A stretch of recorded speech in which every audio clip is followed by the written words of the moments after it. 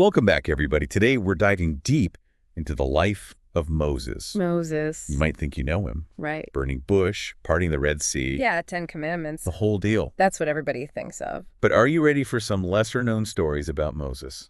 I think people are going to be surprised.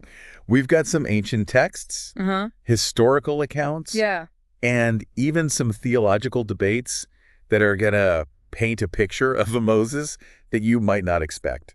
I love it. I think a lot of times we get these kind of two-dimensional pictures of these biblical figures. Yeah. You know. Larger-than-life heroes. Yeah, they always make the right choice. Always doing the right thing. But when we dig a little deeper, right, we discover their complexities, struggles, for sure, the very human moments that make their stories so relatable, given thousands of years later. Absolutely. And that's what makes this deep dive so exciting. We're going beyond those kind of familiar stories and unearthing some lesser-known facts, some real secrets about Moses. I love it. For example, did you know after that whole golden calf incident that Moses actually asked God to erase his name from the book of life? Oh, wow. That's some serious dedication to his people. Yeah, I mean, this moment after the golden calf incident, this really highlights the depth of his character. If you can imagine the scene, the Israelites have just witnessed incredible miracles. They've seen God's power on full display, and then what do? Oh, they turn around and make an idol. They make an idol, yeah. A golden calf. Yeah, worshiping a golden calf. It's like they're saying, hey, Moses, we appreciate the freedom from slavery thing, but this whole invisible God thing is a bit abstract. Right. We need something we can see. We need something we can touch. The golden calf. A golden calf, exactly. Oh, yeah. It's such a classic example of human impatience. Yeah. Desire for instant gratification. Right. Even in our relationship with God. And Moses, seeing this blatant disregard for God's covenant, he's understandably furious. Yeah. He smashes those tablets with the 10 Commandments. Right, like a symbol of that broken covenant. Exactly. Powerful symbol. I can't even imagine, how devastated Moses must have felt. Yeah. To see these people that he led out of slavery. Yeah, people he was sacrificing for. Yeah, everything for. Yeah. And they're turning their backs on God so quickly. Right, but then he does something truly extraordinary. Yeah. He pleads with God to forgive them. Yeah. He even offers his own life in exchange. Yeah, talk about a true leader. A true leader, yeah. It's an act of incredible self-sacrifice. Yeah. And it foreshadows, the sacrifice that Jesus would make centuries later. Right. And this is where that concept of atonement becomes really important. God is perfectly just. Yeah. So sin can't just be overlooked. Yeah, it requires a consequence. There has to be some consequence. Think of it like a courtroom. You break the law, there has to be some kind of punishment. Yeah. Some way to make things right. You got to pay the fine. Right, exactly. Yeah. And so in this case, Moses is essentially stepping up and saying, I'll take the punishment, I'll bear the consequences, even if it means, eternal separation from God. That's heavy stuff. It is heavy stuff. Yeah. It really makes you think about the weight of leadership, the responsibility that Moses felt for these people. And it challenges us to consider, are we willing to make sacrifices for others, to stand up for what's right, even when it's difficult? Speaking of difficult situations, oh, yeah, let's move on to another intriguing story. All right. That might resonate with you in a surprising way. Okay. We're talking about Nehushtan, the bronze serpent. Okay. It starts with fiery serpents, a bronze serpent on a pole, and miraculous healing. Oh, yeah. But then things take a dark turn. It does take a turn. So after the Israelites are bitten by venomous snakes in the wilderness, God instructs Moses to create this bronze serpent. Right. Anyone who looks at it is miraculously healed. So far, so good. It seems like a straightforward solution, right? Yeah. But generations later, this symbol of healing, this reminder of God's power becomes something else. Yeah, it's like, be careful what you wish for. They got the healing they wanted, but they ended up worshiping the very thing that represented it. That's it. Nehushtan becomes an object of worship. An idol. Yeah, an idol. It's kind of crazy, right? Yeah, it is. And so this raises an important question for us. What are our modern day Nehushtans? What seemingly good things have we allowed to take the place of God in our lives? That's a great question. I mean, think about it. What consumes our thoughts, our energy, our time? Right. What do we turn to for comfort, security, validation? Yeah, good questions. Could it be social media where we're always looking for likes and followers? Or maybe career success? Yeah. Always chasing that next promotion or a bigger paycheck? Or perhaps even a political ideology? Yeah. Where we're putting our hope in a party or a leader rather than God. It's easy to get caught up in those things. It is. And to let them become idols without even realizing it. Right. So the story of Nehushtan just reminds us to be vigilant. Yeah. To examine our hearts, see what we're truly prioritizing. Are we directing our worship and devotion to the things of this world? Or are we seeking first the kingdom of God? Okay, get ready for this one. All right. We've got a story where God almost kills Moses. Wait, what? Over a circumcision. Seriously? You can't make this stuff up. I know. So this episode, it takes place when Moses is traveling back to Egypt. Okay. And it's shrouded in a bit of mystery. Yeah. We don't get a clear explanation about why God was so angry. Right. But it seems to be connected to the delayed circumcision of Moses' son. Now, I know what you might be thinking. Yeah. Circumcision. Really? Yeah. That's what gets God riled up. Yeah, that's what I'm thinking. But remember, in the Old Testament, circumcision was a sign of the covenant between God and his people. Right. So it was this physical mark of belonging. Yeah. Symbol of their commitment to following God's commands. Right. And it seems that Moses, maybe influenced by his Midianite wife, Zipporah, had not followed this command. Okay. Maybe he was trying to assimilate to that culture. Okay, yeah. Or maybe he just simply forgot. Yeah. The text doesn't really give us a reason. Right. But whatever the cause, God's reaction is intense. Yeah, it's pretty intense. What are we to make of this? Was God being a bit of a control freak? Yeah. Or was there something more going on? I think it's more nuanced than that. Okay. Remember, this is the God who has just called Moses to lead the Israelites out of slavery. Right. Which is a monumental task that requires absolute obedience and trust. And so perhaps this incident with the circumcision was a test.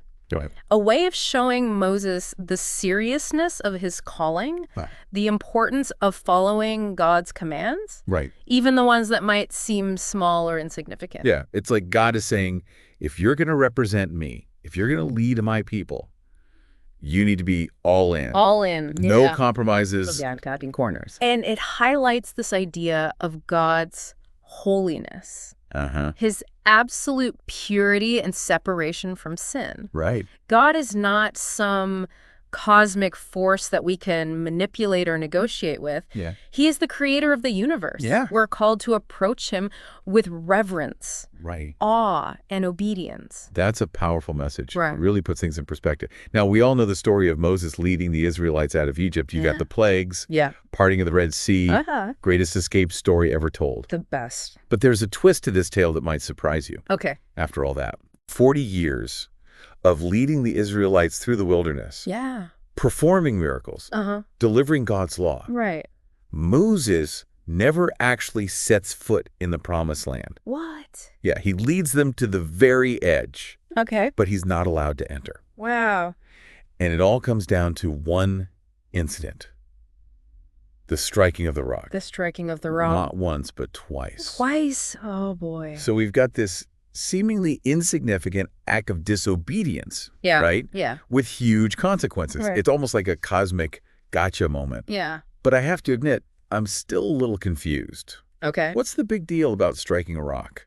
Well, to understand God's judgment, we need to look at the symbolism. Okay. The first time Moses struck the rock back in Exodus, that was a picture of Christ's sacrifice. Okay. So think of the rock as representing Jesus. Okay. Struck once for all to provide living water, which symbolizes salvation. Okay. So it's this beautiful picture of God's grace, freely given to all who believe. Okay. Yeah, that makes sense. So the second time around, when God tells Moses to speak to the rock, not strike it, there's a shift in emphasis. There is. It's no longer about forceful action.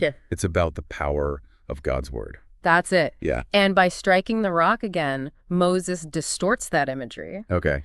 It's almost as if he's saying that Christ's sacrifice wasn't enough. Right. That it needs to be repeated. It kind of undermines this whole idea of grace. Yeah. God's free gift of salvation. I see. So it's not just about the action itself. It's about these deeper theological implications. Right. About upholding the truth of God's word. Exactly. The sufficiency of Christ's sacrifice. That's it. Yeah. And this connects to a key Christian belief. We're saved by grace through faith in Jesus, not by our own efforts or good works. Even Moses, the greatest leader in Israel's history, couldn't earn his way into the promised land by his actions. Wow. It's humbling that we are all dependent on God's grace. And it highlights the significance of the promised land itself. It does. You know, it's not just a physical location. Right. It's a symbol of God's blessing. That's right. Of rest. Yeah. Of entering into this deeper relationship with him. Right. Experiencing the fullness of his promises. And because Moses disobeyed, he was denied that experience. Yeah. It's tragic Yeah. that our choices have consequences, Uh-huh. even for those who are close to God. Speaking of tragic, Oh, yeah. let's talk about that incident where God almost kills Moses. I know we talked about this a little before, but Yeah, but I think it deserves a closer look. yeah. I mean, was God just having a bad day? Yeah, what was happening there? Or was there something more going on? This is one of those episodes that's puzzled theologians for centuries. Right. The text itself is cryptic, Yeah. leaving a lot open to interpretation. We know it happens on Moses' journey back to Egypt after God has called him to lead the Israelites out of slavery. Yeah. And it seems to be connected to the circumcision of his son, but the details are murky. Yeah. So we've got this seemingly random act of divine anger. Right. We're left wondering, what's the point? Yeah. Well, some scholars believe that God was angry because Moses delayed the circumcision. Okay. Maybe because of objections from his wife, Zipporah. Right. Remember, circumcision was a huge deal back then. Yeah. A sign of the covenant between God and his people. Right. So it's like God is saying, if you're going to be my representative, you need to follow my rules. Yeah. No exceptions. No cutting corners. No cutting corners. But others suggest there might be something more going on, perhaps a deeper kind of spiritual struggle that Moses was going through. Maybe he was wrestling with doubts, fears, even resentment towards God for this task he'd been given. Right. So it's like God was using this incident to kind of expose Moses' inner turmoil. Yeah, that's an interesting perspective. Right. Force him to confront his own weaknesses. Yeah. And rely more fully on God's strength. It's a reminder that even the greatest leaders, the most faithful followers of God, still experience these moments of doubt. Doubt and struggle, yeah. And struggle. Part of being human. Part of being human. Yeah. But what's so fascinating is how Zipporah steps into this tense situation. Yeah. And performs the circumcision herself. Right.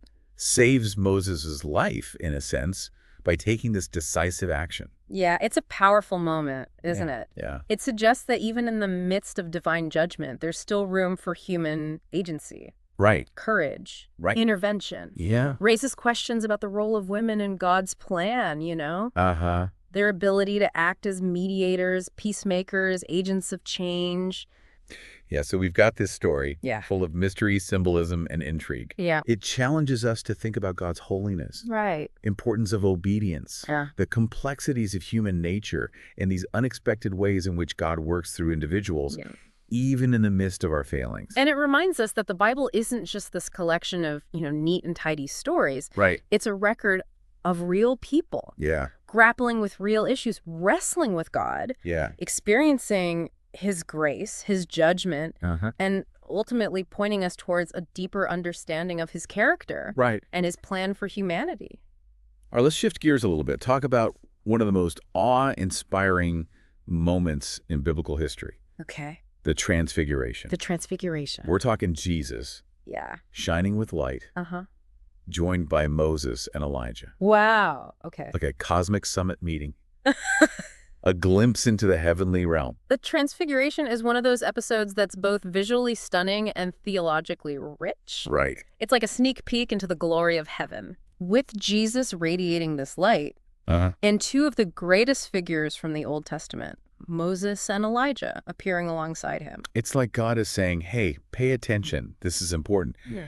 But why Moses and Elijah specifically? Yeah, good question. What's the significance of this epic trio? Well, Moses represents the law, Okay. the foundation of God's covenant with Israel. Right. And Elijah represents the prophets, Okay. those who spoke God's words, Uh-huh. foretold the coming Messiah. Right. So basically, you've got Jesus standing there with the embodiment of the Old Testament, showing that he fulfills both the law and the prophets. So it's like the old and the new coming together. Yeah, the ultimate convergence. Right, this incredible moment of revelation. Yeah, it is. But it's not just about history or tradition. Right. This scene on the mountain has implications for our lives today. It does. For our understanding of who Jesus is, what he came to do. And to emphasize this point, God speaks from heaven, saying, "This is my son, whom I love. With him I am well pleased. Listen to him." Wow. It's like a divine endorsement. It is. It's like a clear directive for all of humanity. Right. Jesus is the one we should be listening to, the one who reveals God's will perfectly. That's it. This must have been, like, mind-blowing for the disciples. I know. They're seeing Jesus in a whole new light. Right. His divinity is just shining through. Yeah. But I wonder, like, how did this experience change their understanding of their mission, their own calling? Yeah. And how does it challenge us to see Jesus more clearly, to listen more attentively to his words? Yeah, to follow him more closely. To follow him more closely. Those are great questions. Yeah. And I think they get to the heart of what the Transfiguration's all about. Right. It's not just a cool story from the Bible. Right. It's an invitation to encounter Jesus in a deeper, more transformative way. Yeah. It's a call to listen to his words, follow his example, Right. allow his light to shine through our lives. Okay, we've talked about Moses's leadership, obedience, his struggles, triumphs. Right. But there's another side to him that we haven't explored yet. Okay. Something that kind of goes beyond these outward actions. Right. Reveals a deeper longing. Okay. A hunger for something more. Right. What's that? We're talking about Moses's desire to see God's glory. Okay. Not just the outward manifestations of his power. Right. But the essence of who God is. You're right. It's like Moses is saying, I've seen the miracles, I've heard your voice, but I want more. Yeah. I want to see your face, to know you intimately, to experience the fullness of your presence. Yeah, it's a bold request. It is a bold request. Almost audacious. Yeah. I mean, can a human being really handle the full force of God's glory? Right. Doesn't the Bible say that those who see God's face will die?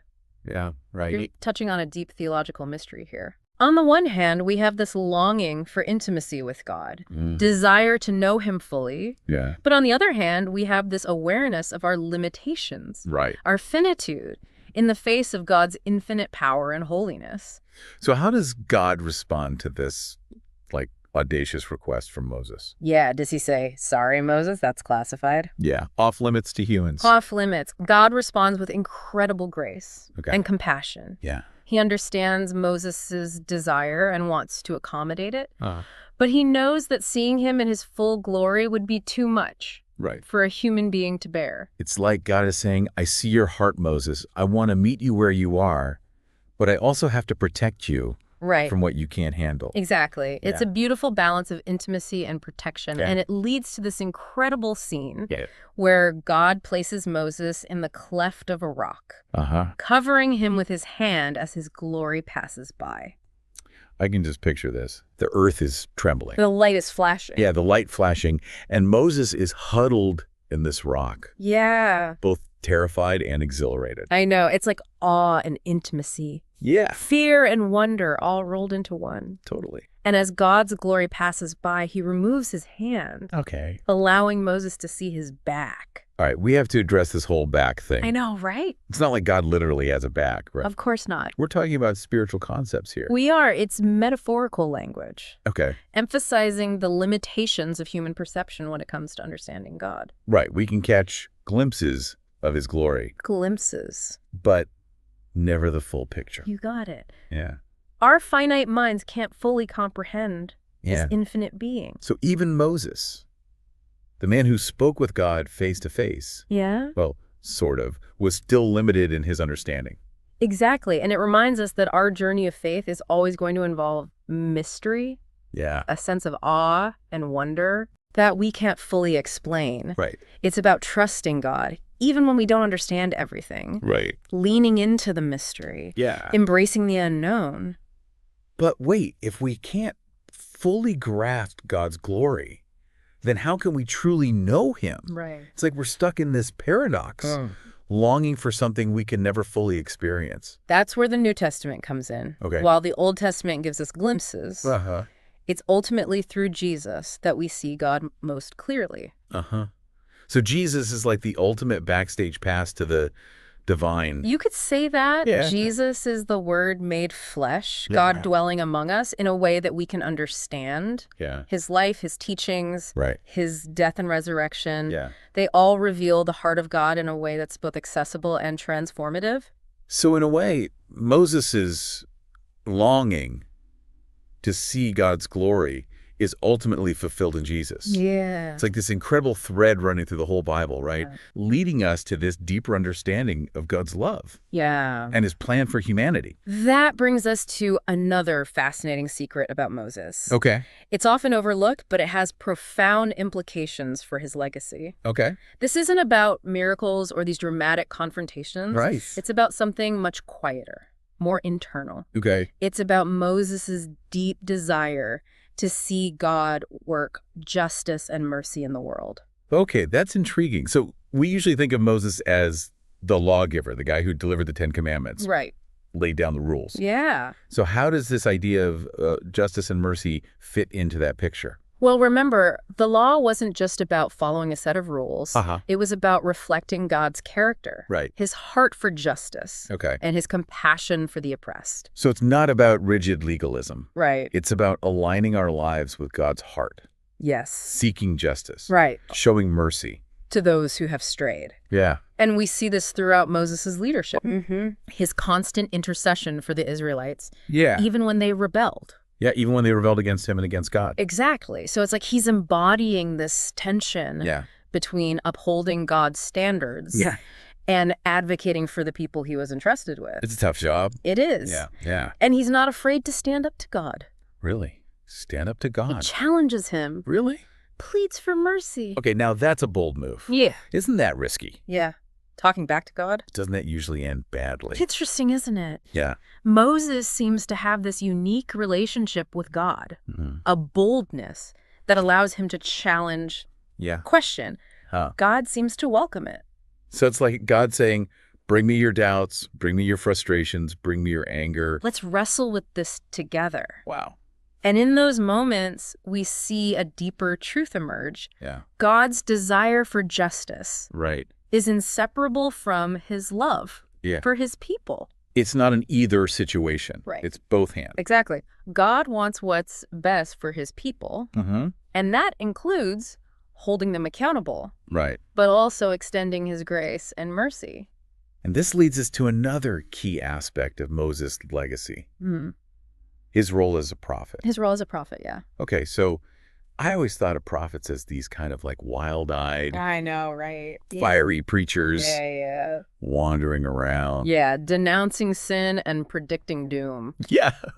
While that's certainly part of the prophetic tradition, there's more to it than that. Okay. Prophets were those who spoke God's truth to power. Okay. They challenged injustice Right. and called people back to a right relationship with God. So Moses fits into that category. I mean, he definitely wasn't afraid to speak truth to power. No, he wasn't. Remember? Especially when he was standing up to Pharaoh. Yes, Yeah. standing up to Pharaoh. Yeah. The most powerful ruler in the world. The most powerful guy in the world. Demanding freedom Yeah. for the Israelites. Right? He risked his life Yeah. to speak truth to power. And he didn't stop there, right? And it is. He continued to challenge the Israelites throughout their journey. Yes, he did. Calling them back to God's ways. Right. Even when they were stubborn. Even when they were stubborn and rebellious. Rebellious, yeah. And that's the mark of a true prophet. Yeah. Someone who's willing to speak the truth even when it's unpopular. Right. Even when it costs them something. So Moses wasn't just a lawgiver. Right. He was also a social reformer. Yeah. A voice for the voiceless. Uh-huh. A champion for justice and mercy. That's it. And his story inspires us to speak up against injustice. Yes. To advocate for those who are marginalized. Right. Seek God's will in all that we do. And it reminds us that true leadership isn't about power or control. Right. It's about serving others. Yeah. Speaking truth. Right. Reflecting God's character in all that we do. Yep. Okay, I'm feeling inspired. But before we get too carried away with all this prophetic fire, let's get back to some of those nitty-gritty details about Moses' life. Okay. All right. Like, what was his relationship with his family like? Okay. Did he have a wife? Yeah. Kids? Right. Was he a good dad? Well, compared to some of those dramatic episodes in his life, Moses' personal life is somewhat shrouded in mystery. Okay. We know he had a wife named Zipporah, Uh-huh. who he met while he was living in exile in Midian. Right. Yes. Zipporah, the woman who saved his life with that emergency circumcision incident. The same. And they had at least 2 sons together, Okay. Gershom and Eleazar. Uh-huh. But beyond that, we don't get a lot of details about their family dynamics. Well, I guess those ancient texts weren't exactly focused on family therapy sessions. True, but we can glean some insights from the few glimpses we do get. Okay. For example, we see Zipporah expressing her anger and frustration with Moses after the circumcision incident. Right. Which suggests their relationship wasn't always smooth sailing. Well, I mean, who can blame her? Right. She's been through this divine roller coaster ride. I mean, imagine being married to the guy who talks to God on a regular basis. Yeah, that's got to be stressful. That's stressful. And we see Moses struggling to balance his leadership responsibilities with his family obligations. Yeah, makes sense. At one point, he sends Zipporah and his sons back to her father's house, perhaps for their safety. Okay. Perhaps because he felt overwhelmed by his mission. So even Moses, the man who talked to God face to face, struggled with work-life balance. Yeah, he did. That's kind of encouraging, actually. It is. It's a reminder that even the most extraordinary individuals face these ordinary human challenges. They do. Yeah. Leadership, family, faith. Yeah. It's all a balancing act. A constant balancing act, for sure. And it's encouraging to know that even someone like Moses, who was chosen by God for such a monumental task, still experienced the same struggles that we do. Right. He wasn't perfect. Yeah. He made mistakes. Right. He had doubts, fears. But God continued to use him in powerful ways. That's a comforting thought, you know? Yeah, it is. It reminds us that God doesn't require perfection. Right. He simply asks for our faithfulness. Our willingness. Willingness to follow him, even when it's hard. Speaking of hard. Oh, no. What's next? There's one more secret we need to address. Okay. It's both heartbreaking and profoundly theological. All right, lay it on me. Moses never sets foot in the Promised Land. I know. Talk about a letdown. I know. After all that he endured, after all he accomplished, why wouldn't God allow him to enter the land he had been promised? This is a question that has haunted readers of the Bible for centuries. Right. And to understand it, we need to delve into this incident. Yeah. That led to his exclusion, the striking of the rock. The striking of the rock. Remember, this happens twice. Yeah, twice. Once in Exodus and then again in Numbers. Right. And the second time around, things go very differently. They do. So the Israelites are complaining about the lack of water again. Again. And God instructs Moses to speak to the rocks. To speak to the rock. Not strike it. But Moses, frustrated, weary. Yeah. He disobeys and strikes the rock twice. Wait, seriously? Yeah. Striking a rock is a capital offense. It's a big deal. That seems a bit harsh, doesn't it? Well, to understand God's judgment, we need to look at the symbolism. Okay. The rock, as we discussed earlier, represents Christ. So the first time Moses strikes the rock, it's a picture of Christ's sacrifice, providing living water, which symbolizes salvation. Got it. So the second time around, when God tells Moses to speak to the rock, he's shifting the emphasis. He is. It's no longer about striking, about this forceful action. Right. But about the power of God's word. Exactly. And by striking the rock again, Moses is distorting this imagery, suggesting that Christ's sacrifice wasn't sufficient, that it needs to be repeated. So it's not just about the action itself, but about these deeper theological implications. Yes. About upholding the truth of God's word. Right. Sufficiency of Christ's sacrifice. Exactly. And this connects to a key Christian belief. We're saved by grace through faith in Jesus, right? Not by our own efforts or good works. Even Moses, the greatest leader in Israel's history, couldn't earn his way into the Promised Land by his own actions. Wow. So even Moses, the guy who literally talked to God, couldn't escape these consequences of disobedience. Right. That's a powerful lesson for all of us. It is. It highlights the significance of the Promised Land itself. Okay. It's not just a physical location. Right. It's a symbol of God's blessing of rest. Yeah. The ultimate fulfillment of his promises. So by excluding Moses from the Promised Land, God is emphasizing that our salvation comes through Jesus. Right. Not through our own striving or accomplishments. Exactly. And it sets the stage for Joshua, Okay. Moses' successor, Right. to lead the Israelites into the land. Yeah. And Joshua's name in Hebrew is actually Yeshua, which is the same name as Jesus. Wow. That's a powerful connection. It is. Joshua, a prefigurement of Jesus, leading God's people into their inheritance. Yeah. But this raises an interesting question. Does this imply that Joshua's role was predestined? Right. Or was he chosen because of his character and obedience? Good question. Like, how does free will play into this whole picture? Those are great questions, and they get to the heart of one of the biggest theological debates. Yeah. The relationship between God's sovereignty and human free will. Yeah. Do we have a choice in our salvation? Great. Or is it all predetermined? It's a mind bender, isn't it? It is. I think the story of Moses and Joshua suggests that it's not an either situation. Right. It's a both hand. Yeah. God has a plan. Oh, speaker. It's amazing how even the most familiar biblical stories can still hold these like hidden depths. Yeah, just waiting to be explored. Right. We think we know these characters, but We think we know them. then we uncover these fascinating secrets. Yeah. These details that shed new light on their lives and motivations. It's like we've been handed this ancient treasure map, with cryptic symbols and faded ink. Yeah. And each secret we uncover reveals a new layer of meaning. Right. Deeper understanding of who Moses was. Yeah, the enduring power of his story. Yeah.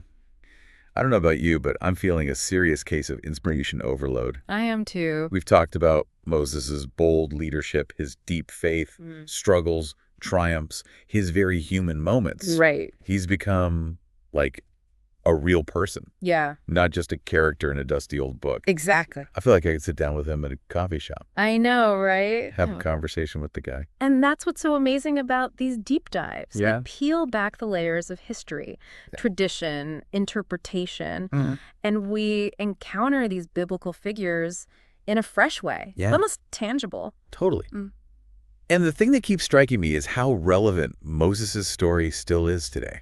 It is. I mean, we're still grappling with the same issues, right? Yeah, we are. Faith, justice, leadership, the tension between our human limitations and God's infinite power. It's like his story is a mirror, Right. reflecting our own struggles, desires, Yeah. our own search for meaning. Purpose. Purpose, yeah. So here's a question for you. Right.